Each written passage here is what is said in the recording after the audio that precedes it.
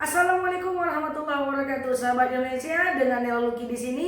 Hari ini kita akan membahas tentang bagaimana caranya memilih teman curhat yang benar setelah yang satu ini.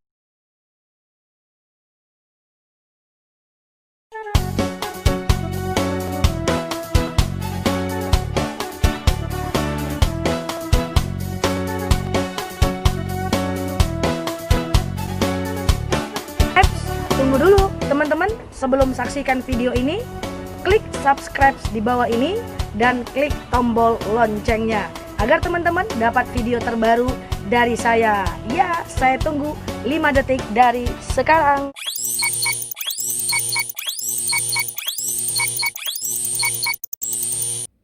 Nah, sahabat Indonesia, dalam kehidupan ini cenderung kita memiliki banyak masalah. Dan kebanyakan, terutama anak muda, ketika ada masalah dia cenderung memilih teman curhat. Memang benar, curhat yang terbaik adalah curhat kepada Allah. Tetapi terkadang tidak ada salahnya kita curhat kepada orang-orang yang tepat sebagai perpanjang tanganan supaya ada jalan keluar dari masalah yang sedang kita dapati. Nah teman-teman, dalam ilmu manapun tidak ada namanya curhat colongan atau curcol. Di mana-mana kita harus memilih tempat yang tepat untuk curhat dan tata cara curhat yang tepat dan sesuai dengan agama kita. Nah, bagaimana cara memilih teman curhat yang benar dan bagaimana cara curhat yang benar?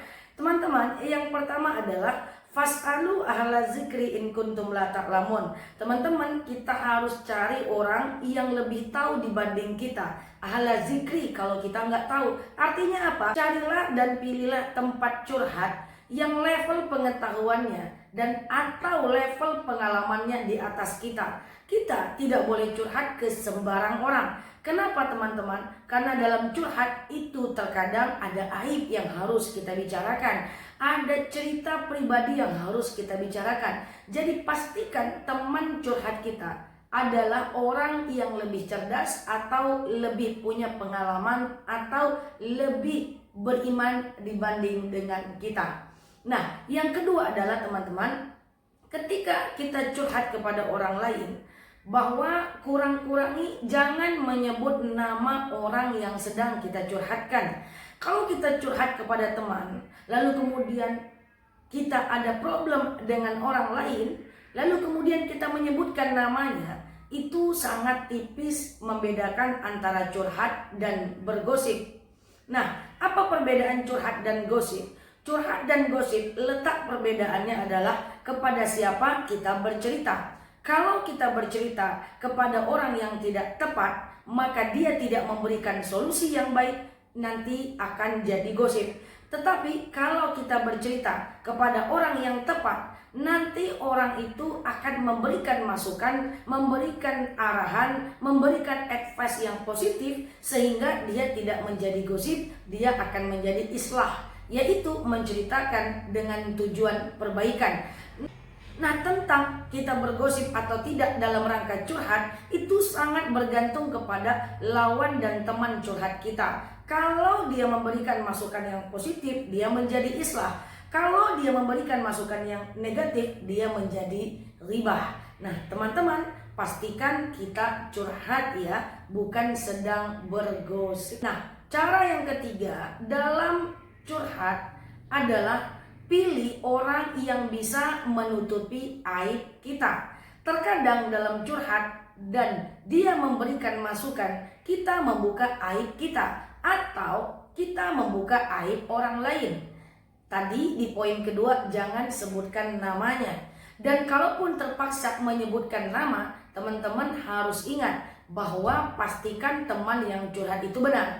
Karena kalau tidak benar, lagi-lagi akan menjadi gosip. Nah, dalam bercurhat, pastikan orang yang tempat kita curhat itu adalah orang yang benar. Apa yang saya maksud dengan orang yang benar? Adalah orang yang bisa menutup aib dengan baik.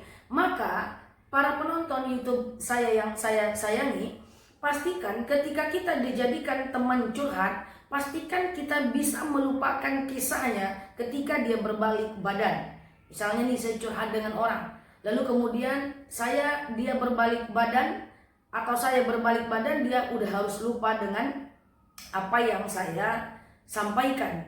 Nah, orang-orang yang bisa menutupi aib ini adalah orang-orang yang cocok dijadikan teman curhat. Yang pertama, cari orang yang lebih cerdas, orang yang punya keimanan, orang yang punya pengalaman di atas kita.